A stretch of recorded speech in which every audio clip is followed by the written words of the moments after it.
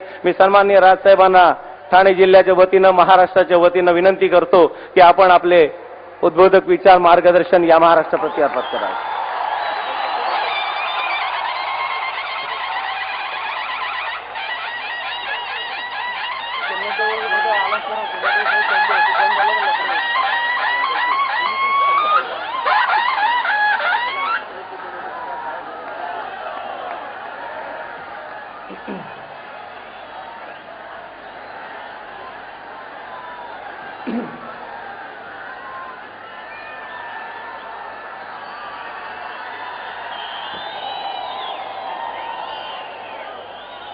जमलेल्या माझ्या तमाम मराठी बांधवांनो, भगिनींनो आणि मातांनो,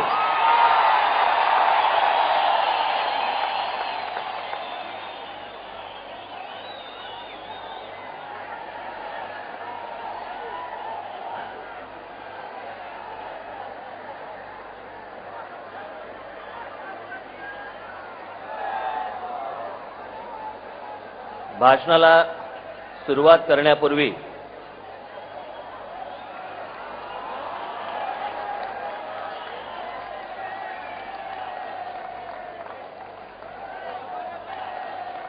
सव्वीस तारखेला अतिरेकी हल्ल्यामध्ये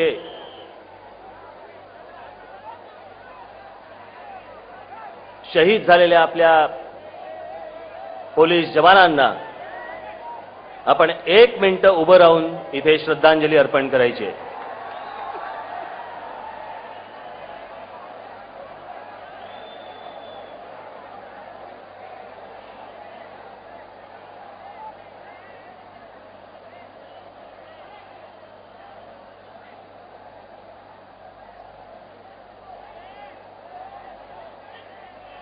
धन्यवाद. अनेकांना प्रश्न पडला होता की ठाण्यात सभा का घेतली आणि सभा आत्ताच का घेतली. खरं तर काही कारण नव्हतं. काही जण सांगा होते पत्रकार परिषद घ्या, काही जण सांगा होते की सभा घ्या. म्हटलं पत्रकार परिषद घेण्यापेक्षा सभा घेतलेली बरी. वेडं वाकडं काहीतरी कानावरती तुमच्या पडण्यापेक्षा थेट तुमच्याशीच बोललेलं काय वाईट.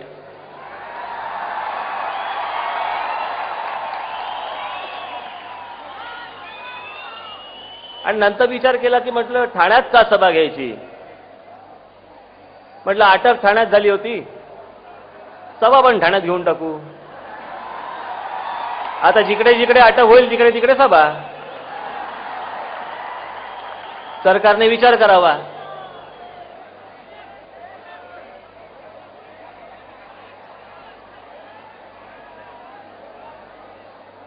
अटक झाली त्या दिवशी काय काय झालं, काय काय घडलं. जे घडलं नाही तेच मी वर्तमानपत्रामध्ये वाचत होतो.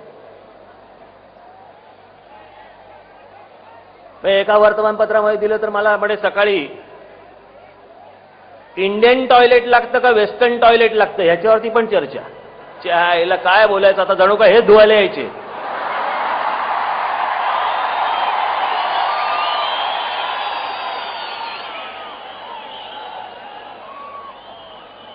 मी रत्नागिरीवरनं निघालो तिकडे. मला माहिती होतं जेव्हा माझ्या सर्व सहकाऱ्यांना जेव्हा रात्री उचलायला सुरुवात झाली आदल्या दिवशी, मला कल्पना होती मला हे हात घालणार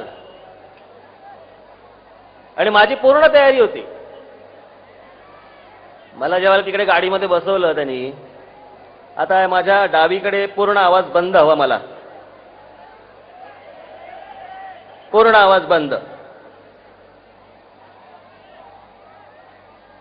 रत्नागिरीला ज्या वेळेला 2-2:30 वाजता मला पोलीस न्यायला आले, म्हटलं चला. गाडीमध्ये बसलो, आपला माझा मानेचा पट्टा लावला, कमरेचा पट्टा लावला, बसलो गाडीमध्ये. सकाळची वेळ होती, थंड होतं. आलो इथे. मग ते काय ती बँड्रा कुर्ला कॉम्प्लेक्सच्या पोलीस स्टेशनला आणलं मला. आता बस रे, जेवढे उभे आहेत तेवढे उभे राहू दे. आता कोणी बसा बसा करू नका, आता शांत उभे राहा.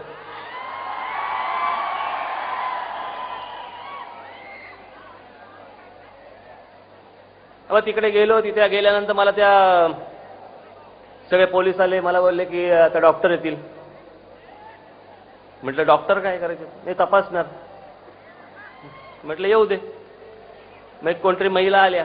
त्यांनी माझा हात हातात घेतला. म्हणजे ब्लड प्रेशर तपासायला.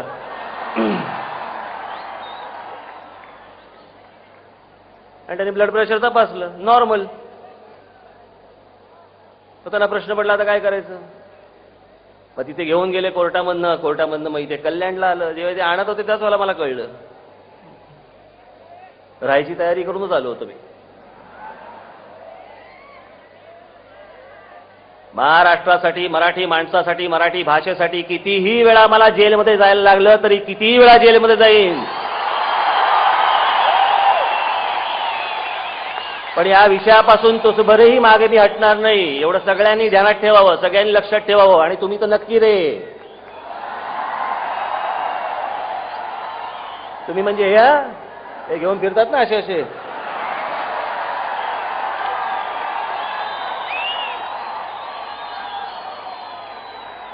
नाही आपले मराठी चॅनलवाले नाहीत. हे आपले हिंदीवाले तिथले सगळे.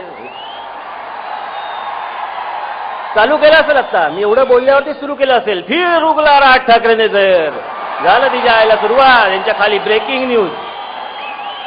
कशाची ब्रेकिंग न्यूज द्यायची हेही कळत नाही.